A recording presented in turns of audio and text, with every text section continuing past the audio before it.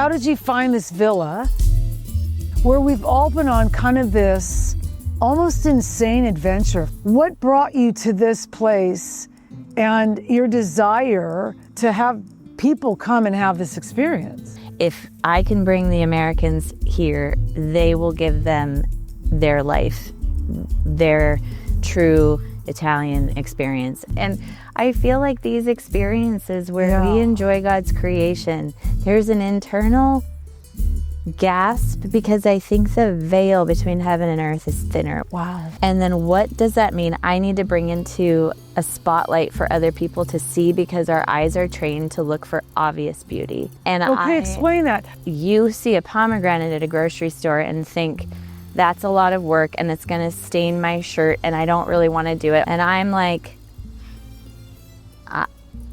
what if you... Hey everybody, Rita Springer here, kind of in a very different setting than our normal podcasts are. Usually I'm in my house. I am thousands and thousands of miles from home in a small villa. Actually, it's not that small, but the town of Fano is small. Fano is, how many people is Fano, Teressa? I do not know. I'm sorry. But this... I will tell you it's Fano. Fano. If you want to sound like you're from here, Fano. you cannot. You don't say Fano. No. Fano. Yes. I flew into Bologna just about a week ago to take this like insane little adventure and scout out some things because I met Teressa Johnson maybe a year and a half ago. Yeah, right around there. My niece Amanda has been doing some creative consulting with her. They live in Seattle, Washington. And I just became fascinated with kind of her style. I mean, I've been around a lot of interior creative people, but I love her style because you have such a simplistic approach. So you do this thing in Italy that kind of comes out of spending some time here. So the first question I have for you, and the first thing I want you to talk to us about is why we're here. Like, how did you find this villa where we've all been on kind of this almost insane adventure for weeks? I mean, honestly, it's been mind-blowing to me. That was your whole point, was to create a mind-blowing kind of creative experience. And almost like your sensories are popping, at least mine are. My sensories are popping constantly. Mm-hmm. What brought you to this place and your desire to want to have people come and have this experience?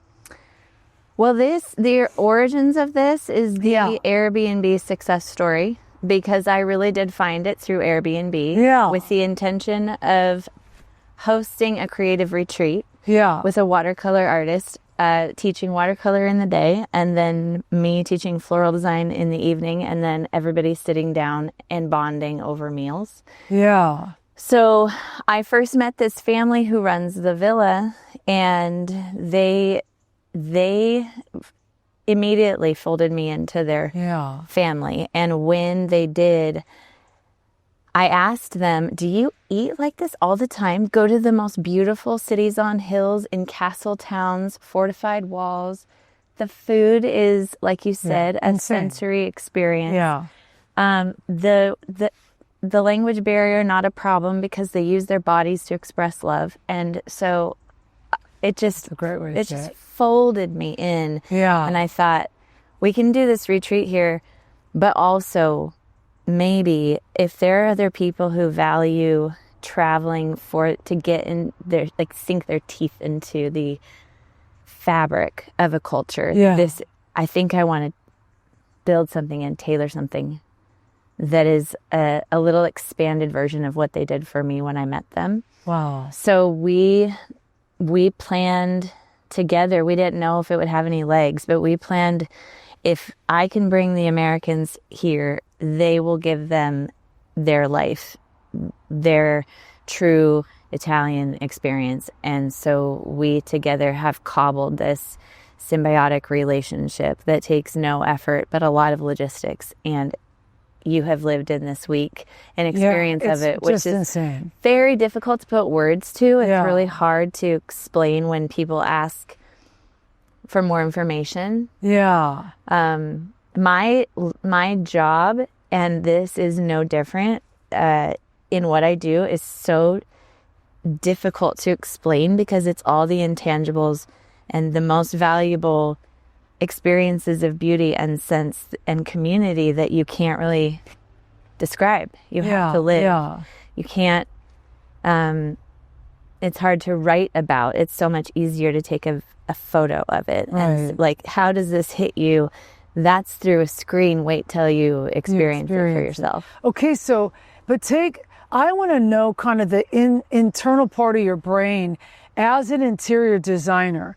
Is that your license? Is that what you went to school for, your university, to study interior design? No, oddly, I thought I wanted to pursue interior design. Yeah. And I was in the heat of the wedding season of my friends and everyone was getting married. Yeah. So I paused pursuing interior design after going to a non-accredited Bible college. Okay. Trying to figure out, I want to be a wife and a mom. How do I pick a degree, a career? I don't want a career. Right. Maybe I'll fiddle around with interiors. But then the weddings just kept coming and it was growing organically to work with flowers. And so I actually abandoned design.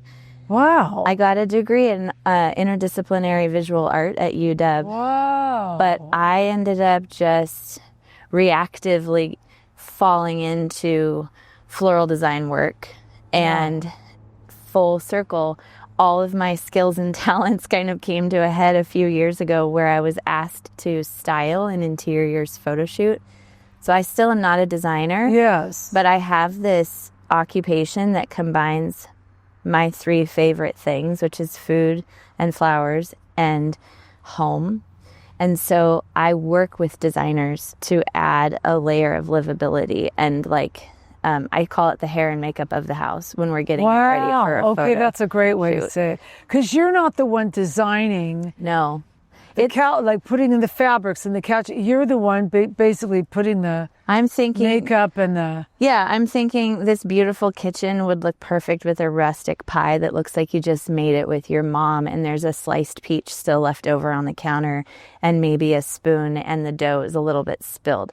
When you take that photo as a viewer, you can put yourself in that kitchen, versus if you just have a sterile kitchen, you see beautiful cabinetry and you see a great slab of marble, but you don't see life to it. So it reminds me of like clothing designers will make a collection. But when they're ready for the runway, they go to the makeup artist and say, I did my part. Now you do your part to make this the most beautiful. That's a great way to say it. So I am the hair and makeup for the house. But you're fine with that. Like, you love that niche of what you do. That's my best skill set. Because that is very intuitive. Yeah. And anything I can intuit, I'm excellent at. But interior design takes some technical thought and some, I would be good at design if I could live in the person's house for 3 months and see what the house wants, how the light moves, how people move in it. I'd have a dinner party and be like, okay, now I know what needs to be. Got it. No one would hire me to be a designer because it wouldn't be sustainable. Right. I'd be like, cool, I'll work for you. You move for 3 months. I'll come up with an idea. Then we'll go forward. But isn't that what makes you you? I think, to me, just getting to know you and kind of watching you work, I think it's why you're a bit fascinating to me as a creative, because, I mean, I may be a singer and a writer and I can rearrange furniture and I have a good eye for things. But for me, there's this emotional connection to everything I do creatively, which then actually completely draws on the spiritual side of it for me, because I think God's connected to everything. Mm-hmm. And I actually think he's one of the best interior, exterior, artistic designers that there has ever been, because I think he's the one giving us... He's the author of it. He's the author of it. So when you're connecting all those dots, that's where the experience comes in of, I don't want to just make it because you seem like the person that's not like, I don't want you to just look at this pomegranate in some some branches. I want you to actually experience something different when you see that, and then feel something different. We talked a little bit about this morning about, you could be, and I'll just give you a little example. When we kind of came through the tunnel last night to dinner, it was just this fascinating thing where she leads us down the tunnel and the table set here. But, I was tired, my back kind of hurt. And the moment you start the journey down the tunnel, and then the moment you come out of the tunnel, you're like, who cares? You know what I'm saying? Because all of a sudden you're experiencing this thing where you feel caught up. Is that your ultimate experience, like your ultimate goal when you start something out is, I want them to feel blah? Yes, it's kind of a combination of an internal song for me. Yeah. It starts within me, and also this appreciation and gratitude for the expression of love. The love of the Lord is expressed in so many ways, but beauty, where it doesn't even matter, is this overabundance of Him lavishing. So when I go hiking in a remote area and I take a bite of a wild blueberry and it's the best thing I've ever eaten in that category, it's just this surprise on the side of a mountain. I'm like, He did this because the mountains can't help but sing His glory. Yeah. Not everybody will see it. Yeah. Not everybody will. Even we haven't seen the depths of the ocean and His creativity there, or the heights of the mountains. We can't plumb deep enough or mine deep enough what He expresses and the splendor of who He is, but it's there for the taking. And so I am grateful and overwhelmed by what He does to show His love. Yeah. And I think that I start there, like, what are you showing me? And then what does that mean I need to bring into a spotlight for other people to see, because our eyes are trained to look for obvious beauty. And explain that. Our eyes are trained to look for obvious beauty. Yes. Like, walk us through that. I think that it's an easy way out, and I think from my experience, in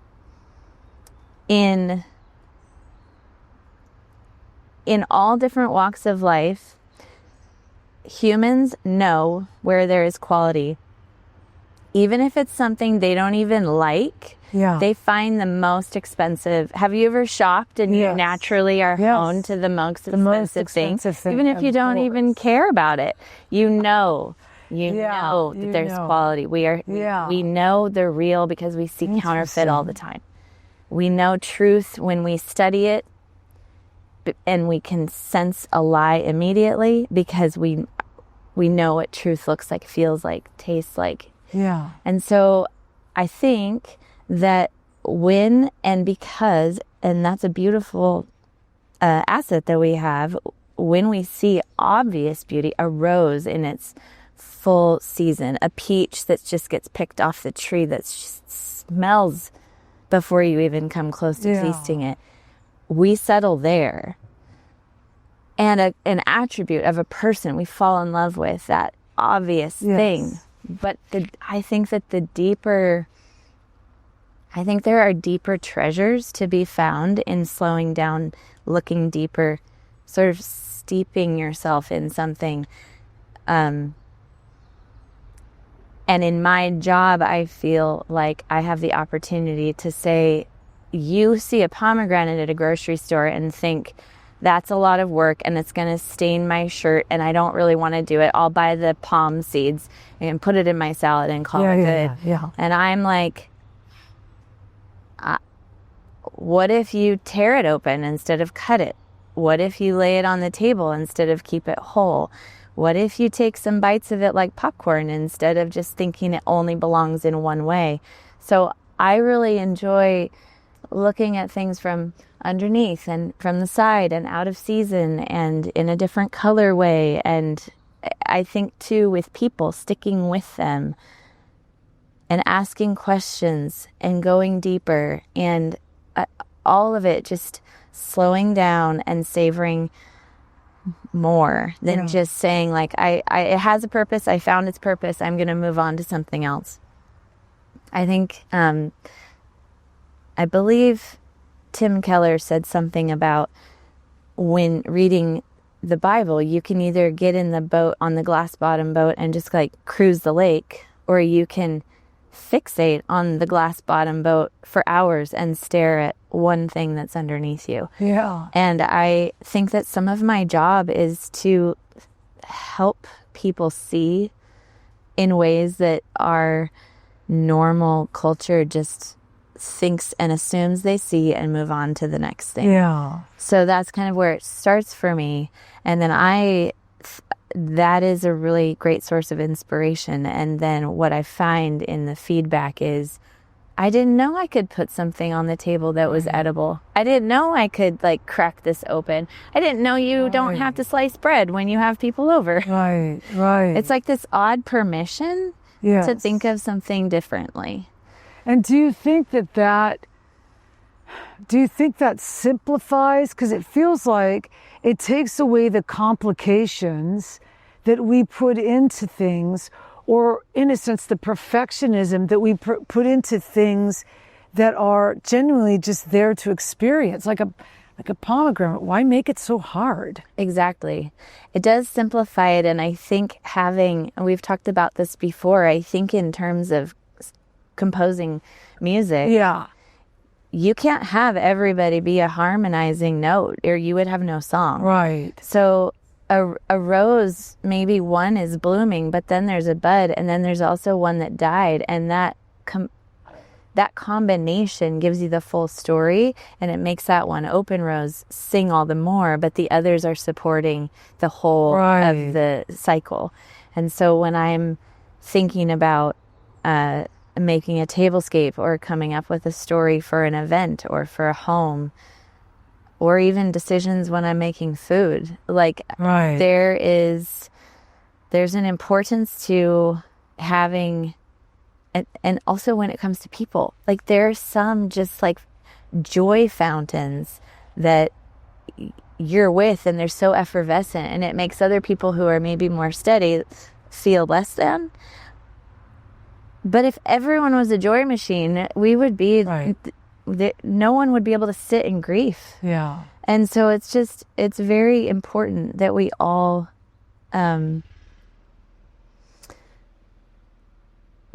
see our value, all see the gifts, and know that God uses them in ways we might not ever know. And the same, like when you register something beautiful, you might not realize that the contrast of dark and light is making you feel something. Yeah. You might not realize it's that contrast, but your eyes know, and it registers somewhere deep inside. But whoever was maybe getting accolades for painting something dark brown might feel like my contribution was dark brown. You can't even see anything. Right. Hey, you guys, I just want to thank Amazing Life Foundation for making what I do here on this podcast possible. They are my rally team, my biggest supporters. Without Amazing Life, this podcast would not be coming to you. They've just got this insane team of editors. I've just had the best of the best, and I want to just give them a shout out. There's a lot of beautiful things that are coming out of Amazing Life Foundation, and I want you to stay tuned for some of those things. But I just want to shout out to them and thank them for making this podcast possible and bringing this podcast to you every Wednesday, and letting me do what I love to do. In design, in any form of design, but in the design that you do you hear God talking to you like, no, don't put that red napkin there? No. You don't? I don't. How does he actually work through you on a table, or work through you on a mantle when you're doing all this decor? I think I see his language in his creation, and then I look at it and think, wow, that's bending a certain way. Why would I mess with it? God, you are so amazing. You give such good gifts. Yeah. In any way, if I stop and really get the focus off myself and my agenda, and I delight in you and your creation, Yeah. it's always better. So I'm not a very That's brilliant. I'm not a very like close-handed person. Yes. Has to be this way. In fact, when I work with clients, common thing I'll say is, I want to earn your trust. I want to find what is the most beautiful. And if I have your trust, I can move within that and you will have the best outcome. And so I kind of approach my work that way. Like, there have been times where my plan failed at the sight of something that was singing to me, and I abandoned the other plan, and just, I'm mesmerized. And it's, whoa, I get to work with this medium. Like, people compliment my work, and I'm like, all I did was put it together and show it to you. But you have to have like a theme when you come in. And I'm not just talking like holiday theme. When you come in to meet a client, are you getting like a feel for the client? Like, you're like, looking around, looking at their art, looking at their stuff, and then letting God be like starting to, yes, mess with your head. And, yes, and I'll want to know, like, where do you like to shop for clothes? What do you do for fun? I want to know all of the non-obvious things again. Got it. I don't like anything on the nose because there's no room for creativity. Okay. So if somebody says, I am really interested in this flower, I'm like, that does not help me. I want to know what you do to celebrate things. I want to know where your favorite place to vacation is. Do you vacation, or are you an adventurer? I want to know what can I see your closet? But I think that something I've learned in doing this, as long as I've done it, being like paid to be creative, is he is the wellspring of creativity and the author of it. And he has given me ears tuned to hear him, but without what he provides, it's not that I'm like a magician. I just see, he just shows me what he's made. And then I get to go and, like I said, show it. And then there was something else. Oh, the story of these pomegranates. I was really sick before this trip. Yeah. And also working nonstop. My work requires a lot of thought before the execution of it. And so I didn't have any attention to pay to how will I set the tables. So when you do walk through this tunnel and you behold the valley of the rolling hills, there's something breathtaking. And I knew. And wait, pause there. What are you trying to convey? Last night, if there was one thing you wanted the gasp to convey, what was it last night?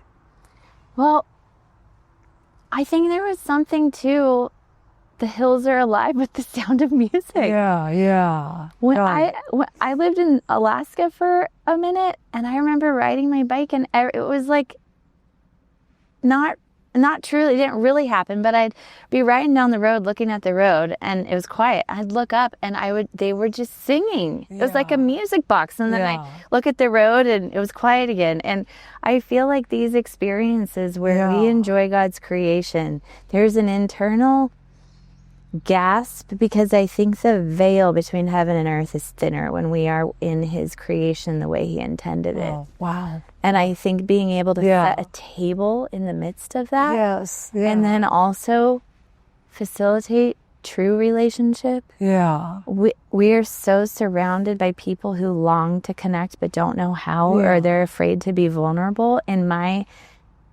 the impetus for everything I do, and the call that I feel is on my work, it's a mission field, and it's to be authentic, to love people well, and to facilitate, even by the way of listening, eye contact, curiosity. Like, you matter.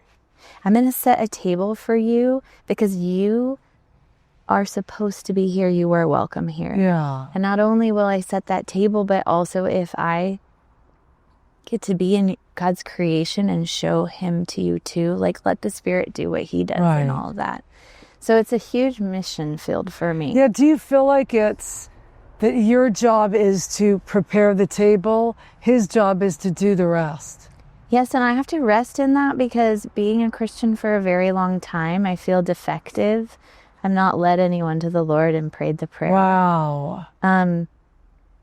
But I've been able to watch God work, and I've been he puts my hand on his paintbrush, and he lets me be part of what he's doing, and I get a front row seat into that, and then I'm like, I'm not going to be around for the rest of the tapestry you're weaving, but I got to be part of that. And I have been able to accept, like I started off with, we're all used differently.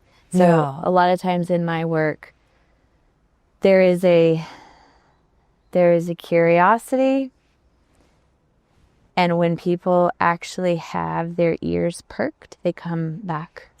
Well, they feel some of the people that have come on this, that's their story, is that they worked with you, or they had to do some stuff for them, or they joined a class, and their curiosity brought them halfway across the world. I did not know that. That's very cool. Yeah. I mean, some of the conversations I've had, because they just really love what you do. And that's the Spirit of the Lord working in us. And I was just praying this morning, like, you are moving, you're always pursuing, and nothing's wasted. Nothing's wasted. Yeah. And this is yours. So use me if I'm setting the table so that they can enjoy your creation and your common grace, even if they aren't thirsty now. Yeah. Or if it's the thing that draws them to you because their soul is awakened. Like, you're the one, Holy Spirit, doing that. Yeah. I'm so amazed I get to be a part of it. The intention of my life was to give you my life and follow you and be a wife and a mom. Yeah. The fact that I get to be a part of something like this is like, it's gravy every day. Do you spread yourself too thin? I probably, yes. So how do you protect the sanctuary of your creativity that God's given you without almost like filing it down in busyness, where you lose the luster for being able to fully do it because it's become a job? I don't know. Ding, ding, ding. That's for the next podcast. I'll tune in and you can find someone who does know.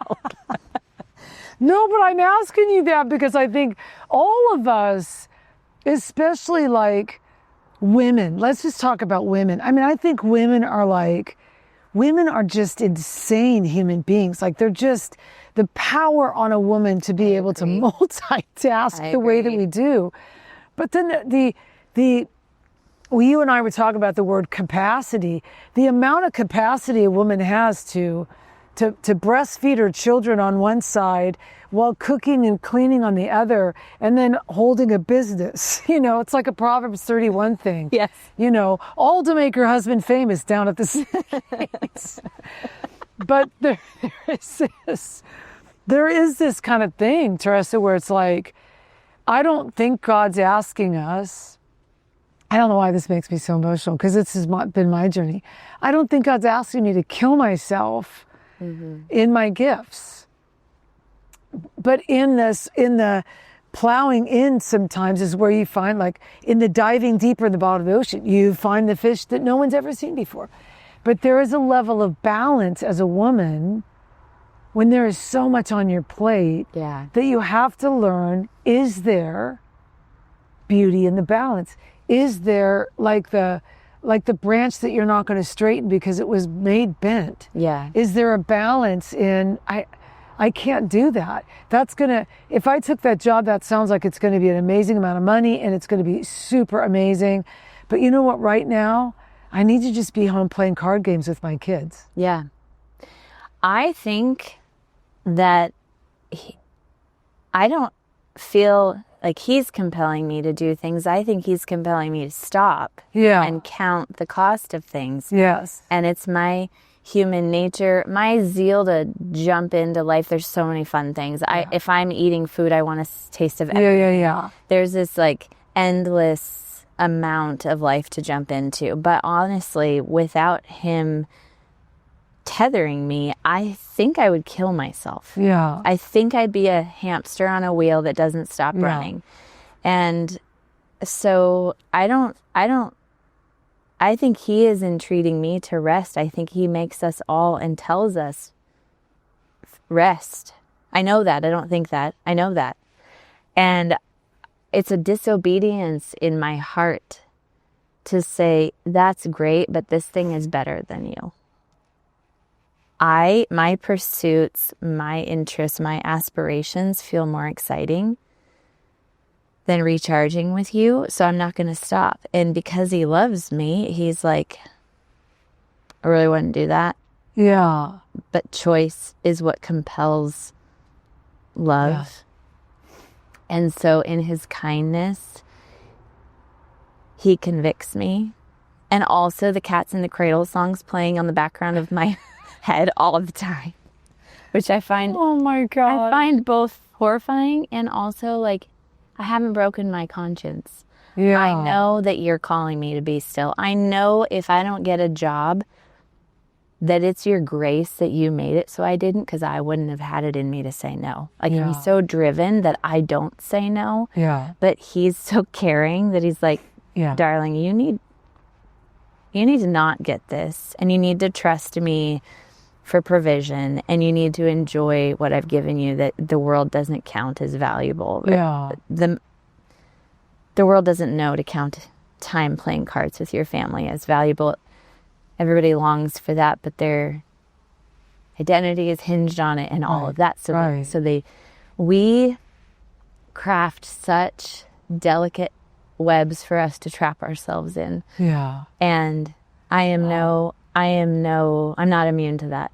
Yeah. So I need him to help me say no. I need him to help me balance. And my prayer always is that I would be obedient and have the ears to hear him, and my hands would always be open, even in my work. Like, if this is becoming bigger and more important in my heart than you, may I be obedient enough to actually relinquish it. Right. And I hope that I would do that, but I also know of him and his goodness. He would maybe pry my hands off of it. Yeah. Sometimes I think we have to be constantly reminded. When you and I the other morning took this long walk through the grape vineyards, it's interesting because I'm kind of dealing with this whole thing with the Lord, just trying to find the balance of what's next, what do you want me to do, and the carving out of my life a spirit of poverty that's kind of eroded the bones. So it's not. People would think, oh, it's a spirit of money. It's like, no, poverty is poverty of every place. Yeah. And when we got done with that walk, and it's so funny because we were walking and it was like our feet were wet. The sun was coming up. And when I was coming back, I felt like the Lord said, hey, what did the vineyard tell you? And I was just like, what did the vineyard tell me? And he's like, yeah, when you were down in the vineyard, was the vineyard saying anything? And I was like, I don't know. I wish you would have told me to listen. And he said, well, I just want you to know, right now, the vineyard's sighing. It's at rest. And I just thought, oh, you walked me through what has to rest. Yeah. The harvest has already been picked. Leaves are changing color. It's a season of rest. Winter's coming. And it was just this beautiful thing to be like, chill out. Like, even the grapes get to sigh. Even the vine gets to sigh and say, I don't have to produce right now. You know what I'm saying? Yes, and he's not flipping out about it. He designed it. Out about it. He designed it. Right. And I think that is like, that's meant more to me as a single mom, working hard, trying to make 5 different businesses work, is that is going into these places where it's hard. Teressa, it's hard when you love what you do, but you don't know where the off switch is a lot of time. I don't know where it is. Yeah. And I have a lot of people in my life almost shaming me for, like, I know you're really busy, but sometimes people say that and they really are busy for a time, but it's another thing when you're just always really busy. And I'm like, okay, I sure would love to know or have the luxury to stop if I knew how. But part of it is actual need, and the other part of it is my own ambition. Right. And so talk about that for a bit. Well, I like I was saying, there's so much to tuck into in life. Yeah. There's so much marrow to enjoy. Yeah. And I know that we're only here for a minute, and there are griefs and there are deep valleys and there's pain, and there's so much hope knowing that later all of it is seen and we're in God's presence, and every day is the first day and it's going to be amazing. But there's also this life we have, and there's passion He lets us experience, and these little bits of who He is that are in me because I'm His daughter. Yeah. And they're in you, and you look like you look like Him. Yeah. I'm like, I want to be part of that. I want these relationships. I want these experiences. I want to be in Italy all the time. I'm an American who has a whole life here, and I also am a citizen of heaven where my soul is longing for that. And so is it called a multi-hyphenate person, where I just have like many interests. I don't have the opposite problem where I can't seem to get started. I can't stop. And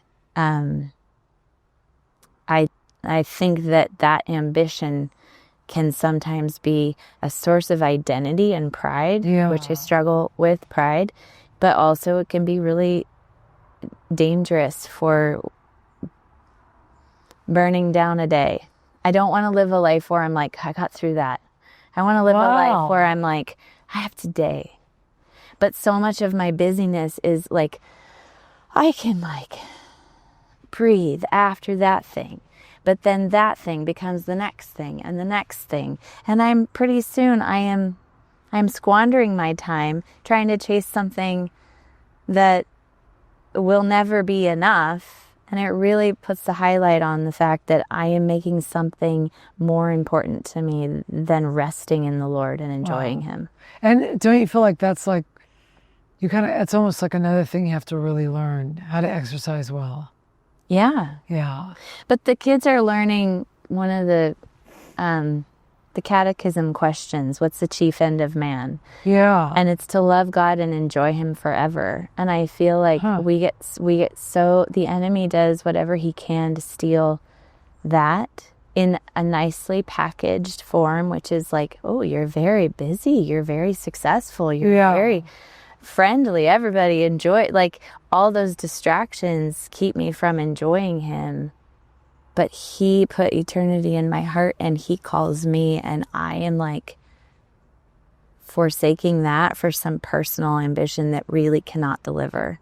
And that's why it's so addictive to keep going. Yeah. Hey, a little segue here to just remind those of you who really love what the podcast is carrying, love what I do. You know that I mentor, you know that I work with creative and artists. We are in some exciting things this year with my nonprofit, Wearing Justice, but I can't do a lot of these things unless I have help and donations. We are a charitable organization, a nonprofit, and it's Christian education based.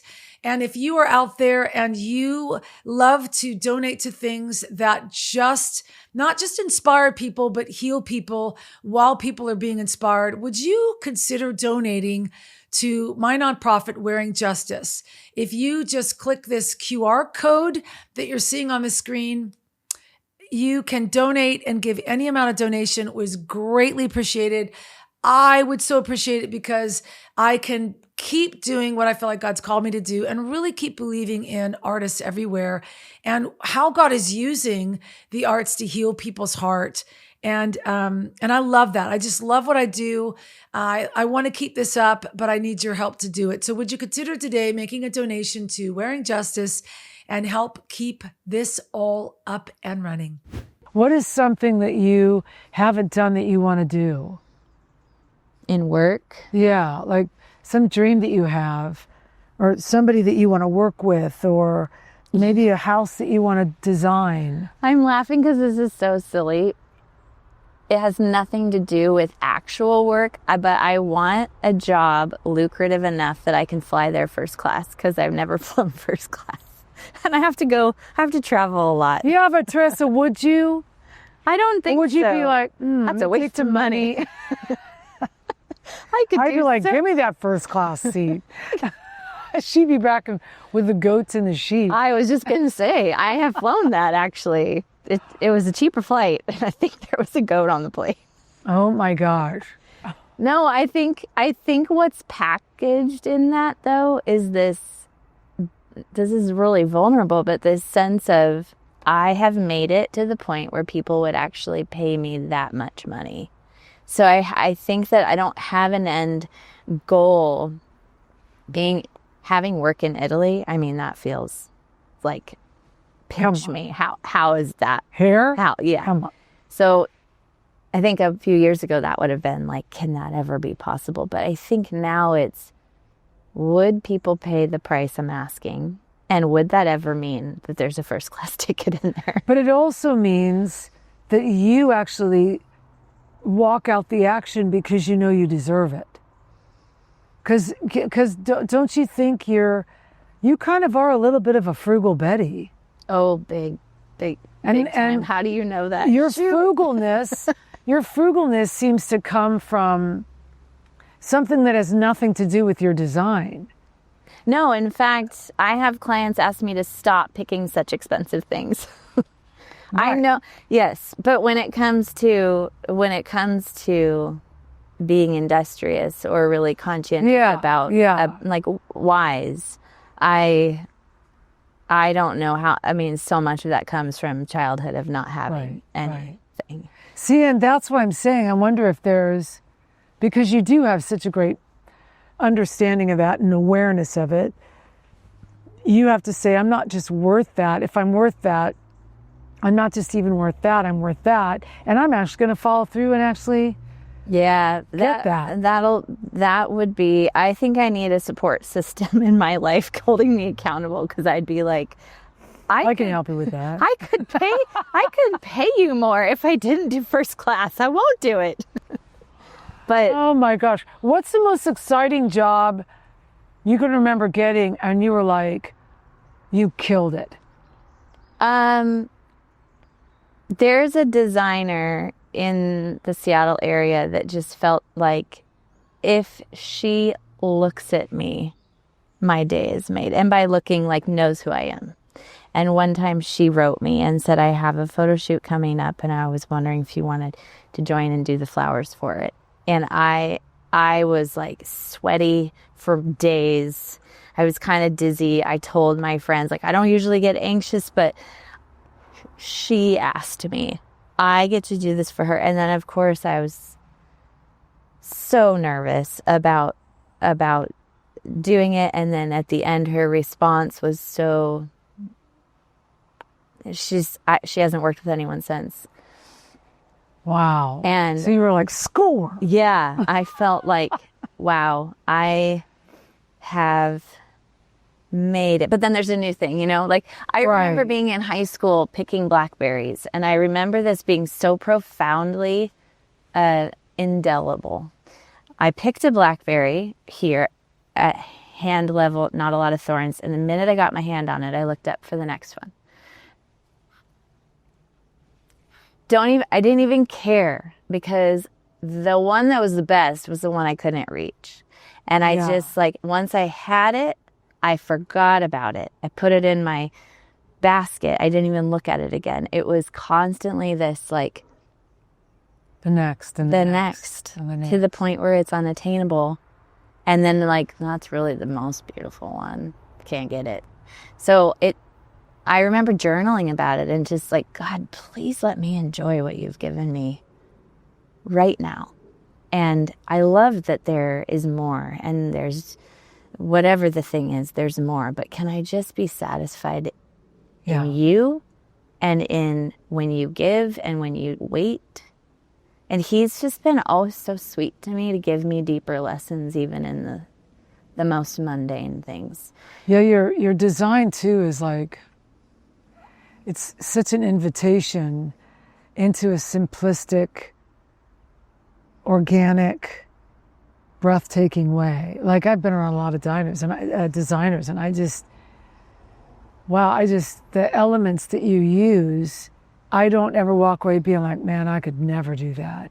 I walk away being like, I bet I could do that if I tried, which felt inspiring. And it actually made me have a lot more respect for you, because you weren't doing something so impossible that was out of reach, that only like your signature thing. It's definitely a signature for you. But it was almost like an invitation. Hey, you could try this too, and you could do it, which is kind of what Italy has been. You know, you've been doing this for a few years now, where you just take a handful of people. Most of them are designers. No. Right? No, they're all over the place. They're eaters. The best people. People who eat.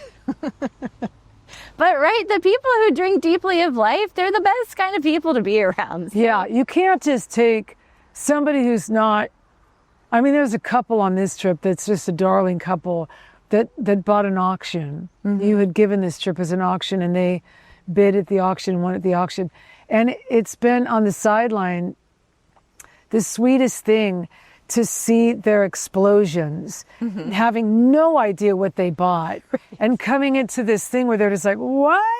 Like, what is happening? The best paddle lift ever. Yes. And then realizing, oh my God, I'm experiencing their experience. You know, and even that is just like, it really is quite profound, but you're inviting a handful of people to come and see things and experience things without actually really it's not like we're helping you set the table. Right. You know, I mean, we're not being put to work. We're being, in a sense, served, which is quite humbling.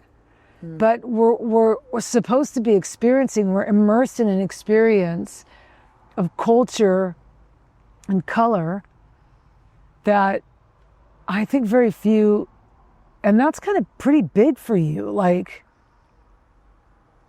it's not like you're trying to change the world here. You're just trying to give people this experience. And is it something like you want to continue doing? Yeah, I love it. I look forward to it every year. I can't believe I get to do this. Yeah. And my imposter syndrome says, why do you even need to be there? It's really the Italy and the Italians that are making people fall in love with it here. But reality is, the relationships that I have, whether it's through social media or I know one of a group of 4, those relationships bring a group of people together, an aggregate group who's never met each other. I know that it's going to look really great together, but those relationships are what makes the alchemy happen here. Yeah. And those are a direct connection to me. So Italy needs us, and we need Italy to make this melting pot of magic go on. And then, like, again, holding it with an open hand and full of gratitude, and just asking God, if this is your will, bring the right people. Yeah. And boy, has he. Yeah. Every time I'm caught emotionally undone in very unpredictable moments that I get to watch him do what he does. Yeah. And he's doing it here. I surely you feel it and see it. Oh, yeah. with multiple people. There's very subtle, but a quite swell beautiful. Yeah. happening, and probably I'd say 3/4 of everybody. Yeah. And Yeah. we're spectators. It's so incredible. So as long as he allows me to do it, yes. Well, we've been talking about doing one together next year where I'm pulling in a group of artists, songwriters, singers, and doing it from that perspective where they're involved in the creativity. I mean, I think the funnest thing this week has been the making of the food and becoming part of the food culture here in such a fascinating way, because it's just excellent the way they do it. It is. And it's, again, you're not on a platform being shown a place. No. You are in it, being dropped in a place, even when it comes to food. So while you are being served, you're also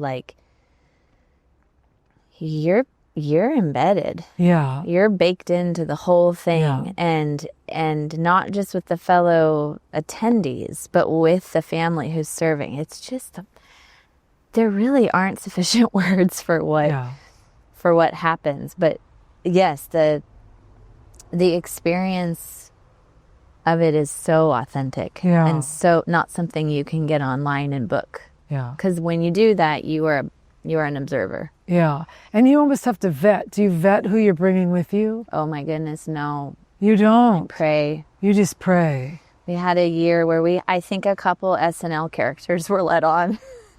Oh God. And that was hard. Yeah. And anybody who comes has to be up for some surprises because you don't know who. It's like if you're on an elevator with a bunch of strangers and the elevator breaks, it's a study in humanity. But so far, everybody's been drawn into a relationship with me. And I think that has self-vetted, because it's rare that someone would sign up for a vacation with someone they don't know in a foreign country with a bunch of people they don't know. Yeah. So there is an element of I know Teressa, so again, if I can get your trust and have that autonomy outside of it, that's amazing. It's gonna be great. But yes, if we can think of a great vetting way, do you have a ton of applications that come through for it? I have a lot of interest. And we put out a newsletter that sort of helps people get the interest growing. But it always turns out I just so trust the Lord that He knows. For how He puts people together. He knows what He's doing. He came before us. He will go after us with these relationships. I don't know if it's a foolish way, but so far there's no way I couldn't pick a better group. Yeah. I couldn't hand select it myself. He knows what He's doing. He knows what He's doing.